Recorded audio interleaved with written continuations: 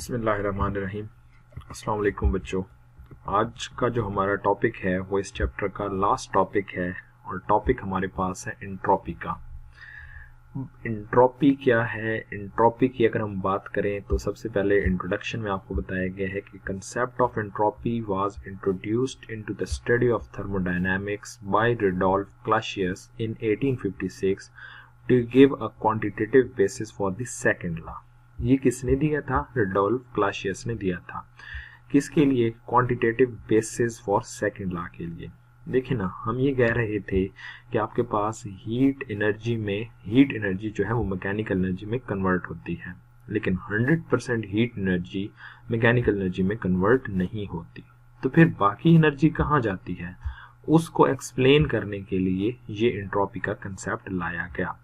असल में होता क्या है, वो हीट हमारे सिस्टम में चली जाती है, यानी हमारी इन्वायरमेंट में चली जाती है और हमारी इन्वायरमेंट के टेम्परेचर को, हमारी इन्वायरमेंट की कंडीशंस को चेंज कर देती है। यानी अगर आपके पास 100 जूल में से 70 जूल जो हीट है वो वर्क में कन्वर्ट हुई, तो 30 जूल इन्वायरमेंट में चली गई और उसने इन्वायरमेंट में हीट ऐड कर दी, तो इन्वायरमेंट के टेम्परेचर को क्या कर दिया? इंक्रीज कर दिया। अब इन्वायरमेंट में जो चेंजेस प्रोड्यूस्ड होंगे, इन्वायरमेंट में जो कंडीशंस चेंज होंगी, उसको एक्सप्लेन कौन करेगी? एंट्रोपी करेगी। नेक्स्ट वो कहता है कि it provides another variable to describe the state of system. अब जैसे मैंने कहा कि ये सिस्टम की यानी इन्वायरमेंट की कंडीशन को एक्सप्लेन करेगी, तो ये एक और वेरिएबल है जो स्टेट ऑफ द कंडीशन को एक्सप्लेन करता है। तो 4 वेरिएबल्स हम पहले पढ़ चुके हैं, pressure, volume, temperature, internal energy. तो अब यहाँ पे एक नया वेरिएबल भी ऐड हो गया जिसको हम एंट्रोपी का नाम देंगे। तो अगर आपसे कोई पूछे कि आपके पास कितने स्टेट वेरिएबल्स हैं, तो there are 5 state variables, pressure, volume, temperature and internal energy.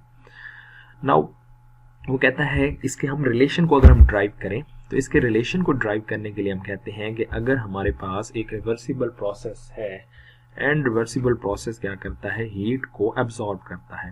Del Q heat को एब्जॉर्ब करता है एट कांस्टेंट टेम्परेचर टी। यानी हम एग्जांपल लेते हैं, रूम में आपके हीटर लगा हुआ है, आपके रूम का जो हीटर है उसका टेम्परेचर तो कांस्टेंट होगा। अब वो उस कांस्टेंट टेम्परेचर के ऊपर आपके सिस्टम में हीट डेल क्यू ऐड कर रहा है। जब डेल क्यू हीट आपके सिस्टम में ऐड कर रहा है, तो उसने आपके सिस्टम की जो स्टेट वेरिएबल एंट्रोपी है उसको बढ़ा दिया। आपके रूम में हीट ऐड हुई, तो आपके रूम में हीट ऐड होने से आपके रूम का टेम्परेचर, आपके रूम की जो कंडीशन है वो चेंज हो गई। उस चेंज इन कंडीशन को हम चेंज ऑन एंट्रोपी से मेजर करते हैं और ये इक्वल टू होती है डेल एस, और डेल एस इक्वल टू होता है del Q over T. Del Q is the heat absorbed over absolute temperature at which heat is absorbed. तो ये एंट्रोपी का रिलेशन आ गया। अब डेल की क्यू का यूनिट होगा जूल, टेम्परेचर का केल्विन, तो जूल पर केल्विन इसका यूनिट आ गया। Next, like potential energy और internal energy, it is a change in entropy of the system which is important. बेटा हमारे लिए ये मैटर नहीं करता कि आपके सिस्टम की इनिशियल एंट्रोपी क्या थी, जैसे हम इनिशियल इंटरनल एनर्जी या इनिशियल पोटेंशियल एनर्जी मैटर नहीं करती, चेंज कितना आया वो मैटर करता है। तो इसी तरह इनिशियल आपके रूम की एंट्रोपी करती थी, कितनी थी वो मैटर नहीं करता, कितनी आपने हीट ऐड की और एंट्रोपी में कितना चेंज आया ये हमारे लिए मैटर करता है। नेक्स्ट, बाई कन्वेंशन कुछ चीज़ें डिस्कस की गई हैं कि अगर एंट्रोपी चेंज पॉजिटिव होगा तो ऑब्वियस है सिस्टम में हीट ऐड हो रही होगी, यानी डेल क्यू पॉजिटिव होगा, heat added to the system, तो चेंज इन एंट्रोपी पॉजिटिव। और अगर आप हीट रिमूव करेंगे तो फिर आपके पास क्या होगा? डेल क्यू क्या हो जाएगा? नेगेटिव। जब डेल क्यू नेगेटिव, तो इसका मतलब चेंज इन एंट्रोपी भी क्या हो जाएगी? नेगेटिव हो जाएगी। तो अब अगर हम एग्जाम्पल नेक्स्ट लेते हैं, और एग्जाम्पल में आपको बताया है कि हम एक सिस्टम कंसिडर करते हैं। हमारे सिस्टम में हमारे पास क्या मौजूद है? 2 ऑब्जेक्ट्स मौजूद हैं। हमारे सिस्टम में हमारे पास 2 ऑब्जेक्ट्स आर देयर। हमारे पास क्या है? 2 ऑब्जेक्ट्स हैं एट डिफरेंट टेम्परेचर के ऊपर। आपके पास क्यू हीट फ्लो करती है टेम्परेचर T1 से रॉड दूसरे एंड की तरफ जो टेम्परेचर T2 के ऊपर मौजूद है।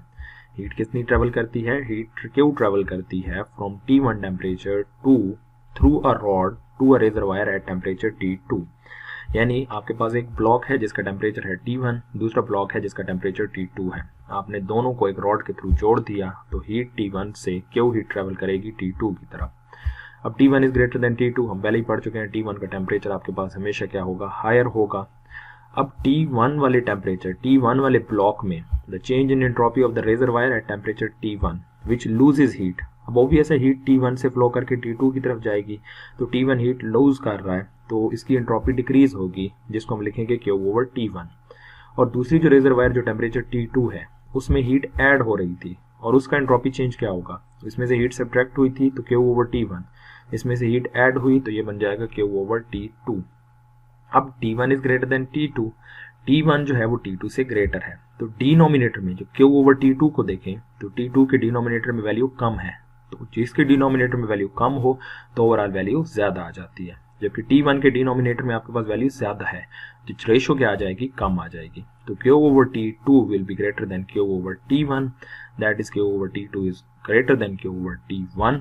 तो चेंज इन एंट्रोपी क्या होगा, पहले ब्लॉक की चेंज इन एंट्रोपी एंड दूसरे ब्लॉक की चेंज इन एंट्रोपी का सम होगा।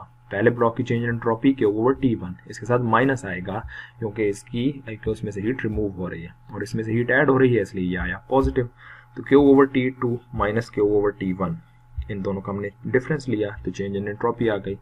नाउ Q ओवर T2 क्योंकि ग्रेटर है और Q ओवर T1 क्योंकि कम है तो चेंज यहाँ पर क्या आ जाएगा, पॉजिटिव आ जाएगा। तो इट मीन्स कि हीट जब एक सिस्टम से T1 से फ्लो करती हुई T2 की तरफ गई, Q1 हीट T1 में से रिमूव हुई, Q हीट T2 में ऐड हुई, तो जो चेंज इन एंट्रोपी आया वो पॉजिटिव आया। इसका मतलब क्या है, इसका मतलब ये है कि हीट नेचुरली फ्लो करती है, तो कोई भी नेचुरल प्रोसेस जो कि अक्कर होगा तो आपके सिस्टम की एंट्रोपी को बढ़ा देगा। पॉजिटिव होने का मतलब है एंट्रोपी बढ़ जाना। It follows that in all natural process where heat flows from one system to another, there is always net increase in entropy. जब भी नेचुरल प्रोसेस कोई होगा जो कुदरती तौर पर अक्कर होगा, हीट फ्लो करेगी एक सिस्टम से दूसरे सिस्टम की तरफ, तो एंट्रोपी हमेशा बढ़ेगी। तो यहाँ से हमें सेकंड लॉ ऑफ थर्मोडायनेमिक्स की एक और स्टेटमेंट मिल गई, according to which if the system undergoes a natural process, it will go in the direction that causes the entropy of the system plus environment to increase. अगर कोई भी system naturally तौर पर अक्कर होगा वो ऐसी डायरेक्शन में होगा जो आपके entropy of the system plus environment को क्या कर देगा, बढ़ा देगा। यानी आपके सिस्टम की इम्प्योर्ड एंट्रोपी प्लस आपके एनवायरनमेंट की एंट्रोपी, टोटल एंट्रोपी की वो बात कर रहा है। अब ये लाइन लिखने की क्या वजह है, पहली बात तो ये होप सो क्लियर हो गई होगी कि कोई भी नेचुरल प्रोसेस होगा, यानी जैसे नेचुरल हीट ट्रांसफर होती है तो उसने हमेशा entropy of the system plus environment को बढ़ाना है। अब इस लाइन लिखने की वजह क्या है, देखें आपने अपने रूम में हीटर चलाया, रूम में हीट ऐड हो गई, आपने डोर को ओपन किया, वो जो हीट है वो एनवायरनमेंट पे चली गई। अब आपके रूम से तो हीट सब्ट्रैक्ट हो गई ना, तो आपके रूम की एंट्रोपी क्या हो गई, कम। लेकिन अगर आप अपने रूम की एंट्रोपी प्लस जो बाहर एनवायरनमेंट में आपने हीट ऐड की, दोनों को ऐड करेंगे तो एंट्रोपी चेंज क्या आएगा, पॉजिटिव। तो एंट्रोपी आपके पास इंक्रीज हो जाएगी। समझा गई यहाँ तक बात। तो ये था बेसिक कंसेप्ट एंट्रोपी का। आपके पास एंट्रोपी है क्या, एंट्रोपी हमेशा आपकी सिस्टम की हीट को इंक्रीज होती है, एंट्रोपी हमेशा इंक्रीज होगी। नेक्स्ट वो बात करता है कि जो एंट्रोपी है ये हमेशा ऐसी तरफ चलती है जो आपकी डिसऑर्डरनेस की तरफ होती है। It is observed that natural process tend towards a state of greater disorder. जो नेचुरल प्रोसेस है वो हमेशा किस तरफ चलता है, ग्रेटर डिसऑर्डर की तरफ चलता है। यानी thus there is a relation between entropy and molecular disorder. कोई भी नेचुरल प्रोसेस है वो एंट्रोपी ऑफ द सिस्टम को बढ़ा रहा है, आपकी एनवायरनमेंट के टेम्परेचर को बढ़ा रहा है, तो आपके सिस्टम को क्या कर रहा है, डिसऑर्डर कर रहा है। तो वो कहता है कि अगर डिसऑर्डर कर रहा है तो relation between entropy and molecular disorder exist करता है। कैसे, एक एग्जांपल से हम इसको एक्सप्लेन करते हैं। एक एग्जांपल ये है कि आपके पास क्या है, दो सब्सटेंसेस हैं, एक सब्सटेंस है हॉट सब्सटेंस और एक सब्सटेंस है कोल्ड सब्सटेंस। अब दोनों के जो हॉट सब्सटेंस है उसके मॉलिक्यूल्स की काइनेटिक एनर्जी हाई होगी, जो कोल्ड सब्सटेंस है उसके मॉलिक्यूल्स की काइनेटिक एनर्जी लो होगी। दोनों सेपरेटेड मौजूद हैं, ऑर्डर्ड सिस्टम है, एक हाई एनर्जी वाला और एक लो एनर्जी वाला। दोनों को आपने मिक्सअप कर दिया। जब दोनों गैसेस को मिक्सअप कर दिया, कुछ देर के बाद क्या होगा, अपनी जो हाई टेम्परेचर वाला है वो अपनी एनर्जी लूज करेगा, लो टेम्परेचर वाली गैस एनर्जी गेन करेगी और कुछ देर के बाद इक्विलिब्रियम डेवलप हो जाएगा। अब आपको कहा जाए कि भाई इनको सेपरेट करें, ऑर्डर जो पहले था हाई टेम्परेचर और लो टेम्परेचर वाले मॉलिक्यूल को सेपरेट करें, तो क्या आप सेपरेट कर सकते हैं, आप नहीं कर सकते। इसका मतलब यह है कि सिस्टम आपका क्या हो चुका है, डिसऑर्डर हो चुका है, अब कोई तरतीब नहीं रही। एग्जाम्पल यही है, for example an irreversible heat flows from a hot body to cold body of the system increases disorder because molecules are initially sorted out in hotter and cooler region. पहले hotter और cooler region में थे, लेकिन अब thermal equilibrium develop हो चुका है, तो अब वो hotter और cooler region में नहीं होंगे. Addition of heat to a system increases its order because increases average molecular speed.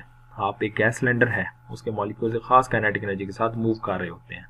अब उसको बॉटम से आप हीट अप करना शुरू कर देते हैं. दूसरी एग्जांपल ये बता रहा है कि अगर आपके पास एक गैस सिलेंडर है, उसके मॉलिक्यूल्स पहले नॉर्मल कंडीशन में हैं, आपने उसको हीट अप करना शुरू कर दिया, मॉलिक्यूल्स की काइनेटिक एनर्जी बढ़ गई. मॉलिक्यूल्स की काइनेटिक एनर्जी बढ़ी तो वो सिस्टम क्या हो गया, डिसऑर्डर हो गया. Similarly, free expansion of gas increases its disorder because the molecule have greater randomness of position after expansion than before. अगर आप गैस को फ्रीली एक्सपेंड करते हैं, यानी आपके पास एक सिलेंडर है, उस सिलेंडर में पहले आपके पास क्या था कि आप गैस को मॉलिक्यूल्स को इनक्लोज किया हुआ था विद इन सिलेंडर. जैसे ही सिलेंडर के पिस्टन को रिमूव करें, मॉलिक्यूल्स अब क्या होंगे, वहां से हाई काइनेटिक एनर्जी से लोअर काइनेटिक एनर्जी की तरफ जाएंगे. तो गैस एक्सपेंड होगी तो उनकी रैंडमनेस बढ़ जाएगी. रैंडमनेस बढ़ेगी तो हम कहेंगे डिसऑर्डरनेस बढ़ जाएगी. पहले ऑर्डर्ड था, खास काइनेटिक एनर्जी से मॉलिक्यूल मौजूद थे, खास रीजन में मूव कर रहे थे, अब वो उस रीजन में मूव नहीं कर पा रहे. Thus in both example entropy is said to be increased. तो जैसे जैसे डिसऑर्डरनेस बढ़ी, एंट्रोपी ऑफ द सिस्टम भी क्या हो जाएगी, इंक्रीज हो जाएगी. सो इस सारी कन्वर्सेशन से, सारी डिस्कशन से हमने यहाँ से कुछ रिजल्ट्स निकाले हैं, और वो क्या है, we can conclude that only those process are probable for which entropy of the system increases और रिमेन्स कांस्टेंट. कभी एंट्रोपी कम नहीं होगी, या एंट्रोपी बढ़ेगी, या एंट्रोपी कांस्टेंट रहेगी. कांस्टेंट रहेगी रिवर्सिबल प्रोसेस में, और बढ़ेगी कब, इरिवर्सिबल प्रोसेस में. नेक्स्ट वो कहता है तमाम इरिवर्सिबल प्रोसेस के लिए एंट्रोपी की स्टेटमेंट क्या है, entropy of the system is also defined as measure of disorderness of the system. यानी डिसऑर्डर को मेजर करना, जितनी एंट्रोपी चेंज होगी उतना आपका सिस्टम डिसऑर्डर हो चुका होगा. ये हमारे पास इसका एक कंसेप्ट आ गया. क्लियर, ये एक डेफिनेशन एक और आ गई. In order to understand this definition we consider the following example. इस डेफिनेशन को अंडरस्टैंड करने के लिए हम एक एग्जांपल कंसिडर करते हैं. Consider a box containing equal number of red and green balls. Equal number of red and green balls box में है. Red balls are arranged on one side and green balls on the other side. यानी arrangement है, red balls एक side पे, green balls एक side पे. We shake the balls box, the ball will mix. Box को shake किया, balls mix up हो गई. The state of the ball has change from initially ordered to finally disorder.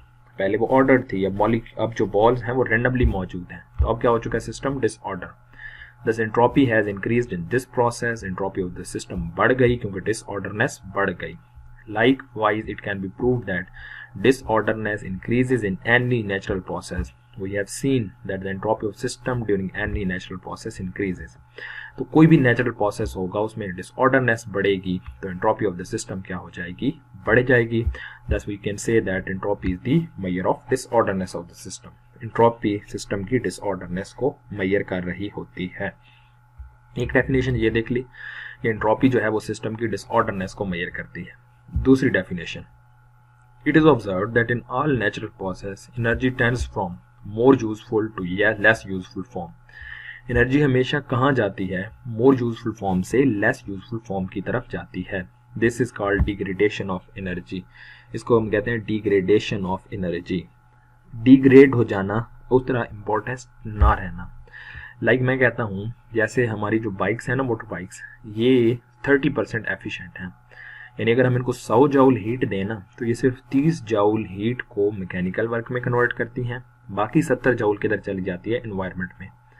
अब वो 70 joule environment में तो मौजूद है, लेकिन वो 70 जूल से क्या हम उस तरह फ़ायदे हासिल कर सकते हैं जैसे पहले हासिल कर रहे थे? नहीं हासिल कर सकते. क्यों? क्योंकि एनर्जी अब मोर यूजफुल फॉर्म से लेस यूजफुल फॉर्म में कन्वर्ट हो चुकी है और वो डिग्रेड हो चुकी है. ठीक होगी बात. तो जब भी आपके पास हीट लॉस होती है, हीट लॉस होके वो हमारे लिए डिग्रेड हो चुकी होती है, हमारे लिए यूजफुल नहीं रहती. और जो आपके पास एंट्रोपी है वो इसी डिग्रेडेशन ऑफ हीट को भी मेजर करती है. The continual increase in the entropy and the state of disorder of universe affect the availability of energy to do useful work.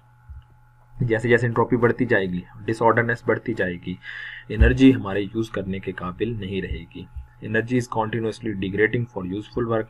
Ultimately the entropy of the universe should reach a maximum. Day by day हमारे system की entropy बढ़ती जाएगी और एक दिन आएगा कि वो हमारे लिए बिल्कुल मैक्सिमम लिमिट पर पहुंच जाएगी। At this point, the universe will be in the state of uniform temperature and density। तब यूनिफॉर्म टेम्परेचर और डेंसिटी हो जाएगा, यानी हीट फ्लो नहीं करेगी। All physical, chemical and biological process will have ceased because the state of perfect disorder implies no energy available for doing work।